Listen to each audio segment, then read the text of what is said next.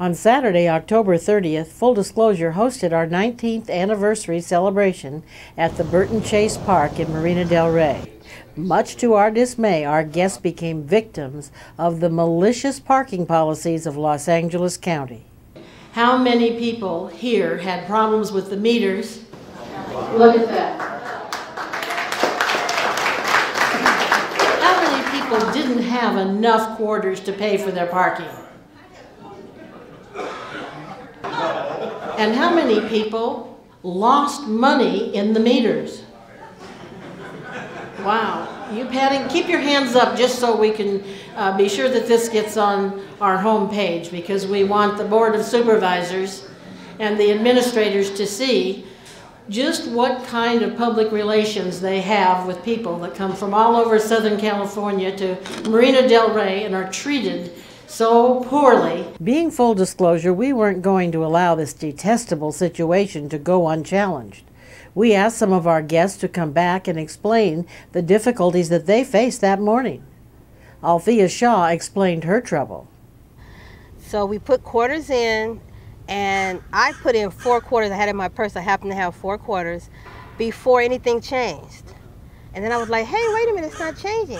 And so then we pushed the buttons, and then we put a few more quarters in. It still didn't change. Even our producer, T.J. Johnston, had problems.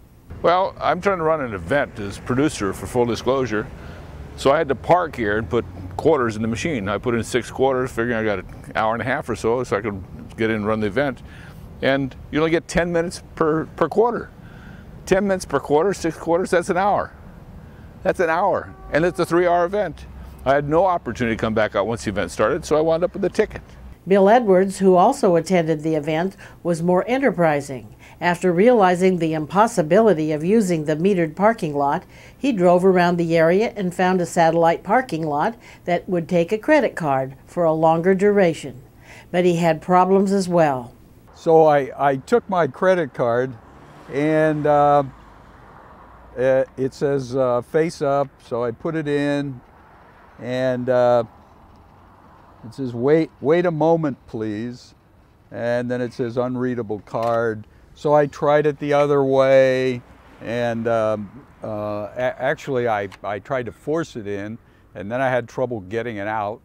I thought maybe it was that the sign was wrong, and that it shouldn't be face up.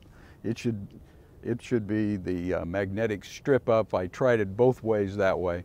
It was unsuccessful to get the card to work. And by that time I was 30 minutes late for the event, and parked my car, and thought I'd take my chances on a ticket.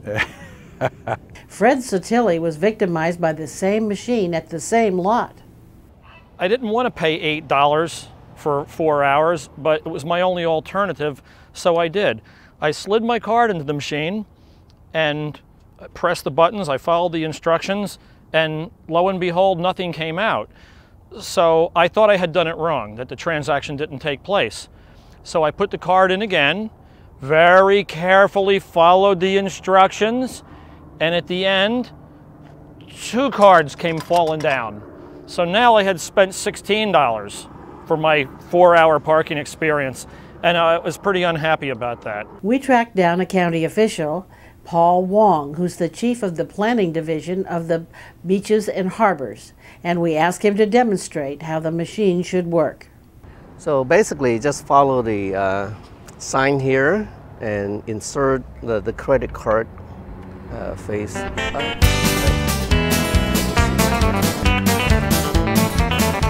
If it does not go in naturally, then it's the wrong way.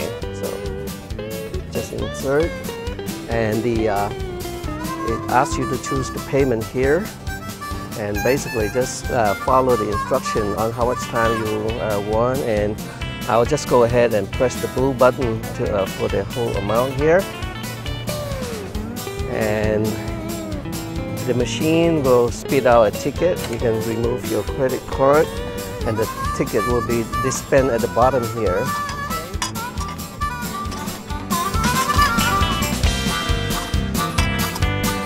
Tell me that we run out of tickets.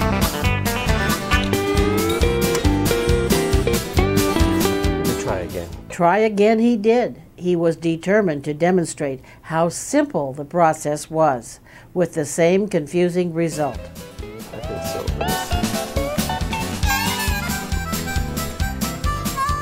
so. Okay, here it says insert credit card face up. Okay. And down here it says gives you option for payment here. Shows Tuesday, November 2nd. And okay, the blue button will increase each payment. Now this will be your second payment, right? No, I think it's for the first payment. Earlier, I think I pushed the wrong button. Oh.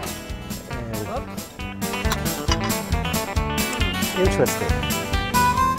Interesting. Embarrassing. Still, Mr. Wong gamely continued his struggle with the machine. And the green button here is to validate the transaction and print. So I believe that we did. I did not read the instruction, I believe. Let's try that.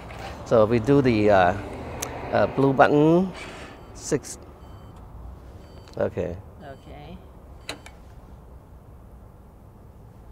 I don't know. What happened? And the public is expected to make this work or pay a $60 fine. We kept the camera rolling for another assault on the machine. Let's try it again, and I will just go ahead and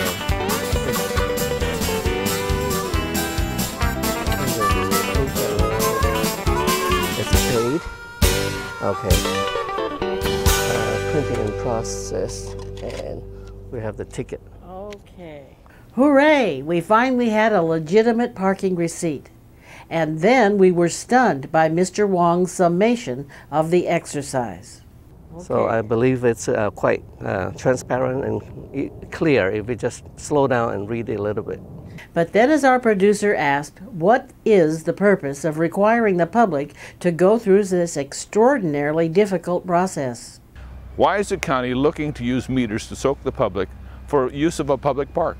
Why are they soaking us for money in a quarter at a time at a public park where we have the opportunity to enjoy our outdoor spaces that we're paying for through our taxes? Or is this simply a sadistic revenue-generating process designed to ensnare people who come to the park facility? Well, sure, it's a setup. It's the easiest thing in the world. It's like sending somebody theater tickets and then going robbing their house when they're at the movie. They know there's an event from 8 or 9 until noon. So come on down at 11:45. They're all inside there. The cars are all here. It's a turkey shoot. I'd hate to think that the government was so Machiavellian that they purposely make it difficult to actually comply with the law and pay for it in order to get these $60 tickets, which they make an awful lot more money than would from 18 quarters. Deborah Talbot works for the county. She's the PR marketing director for the beaches and harbors. She defended the parking prices and policies. There was a study done on that, so they felt that the balance between the free parking during the week would offset that cost, which it costs a lot for us to run these facilities. So there has to be some sort of a revenue source. Fred Sotilli was more direct. And it's just theft. It's just straight out theft. And they've really aggravated a lot of folks. So how many of you are in favor of joining a protest to demand that the county fix these meters and lower their prices? Okay, we'll have it on record now. Well, I think first of all we take hacksaws, saw off the meters, okay, as public, and stand up for our rights to reclaim our park. Okay, so the county needs the money too. We do. We want to know what you, the viewers, think. Please respond to our survey and leave your comments below. Number 1, have you experienced these inequitable and confusing parking problems in government-run public parking near you? Yes or no? Number 2, do you think the county is justified in using this method to raise revenue? Yes or no? And number 3, do you think we need a ballot initiative to stop county government from exploiting the citizens who utilize the free public parks? Yes or no? Please be sure to leave your comments below. I'm Leslie Dutton. Thank you.